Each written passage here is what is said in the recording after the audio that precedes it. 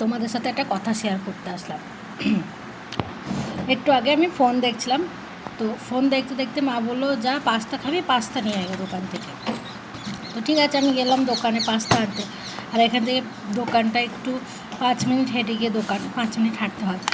তো তার উপর আবার রাস্তায় জল ঢালে বিকেলের টাইমে, কাদা প্যাচপ্যাচে হয়ে যায়। আরও পাকা রাস্তার উপরে মাটি দেওয়া আছে, তো সেই জন্য মাটিগুলো খোঁড়ার জন্য প্রথমে জল দিয়ে, প্রতিদিন জল দেয় রাস্তায় দুবেলা করে। তো যাই হোক, রাস্তায় যেতে যেতে মানে অর্ধেক পৌঁছেছি, আর এত সামনে দিয়ে লোক যাচ্ছে, তো এত জোরে ঝড় হতে শুরু হলো, এত জোরে হাওয়া হচ্ছে, পুরো ধুলো মনে যেন চোখের ভিতরে চলে আসছে। আর হালকা হালকা বৃষ্টিও পড়ছিল। তো যাই হোক, আমি তাড়াতাড়ি করে দৌড়ে দৌড়ে গিয়ে পাস্তাটা নিয়ে এসে তাড়াতাড়ি চলে আসলাম। আসার সময় প্রায়ই ভিজে গিয়েছিলাম, তো এসে তাড়াতাড়ি করে এসে মাকে বললাম পাস্তাটা বানিয়ে দাও, আমি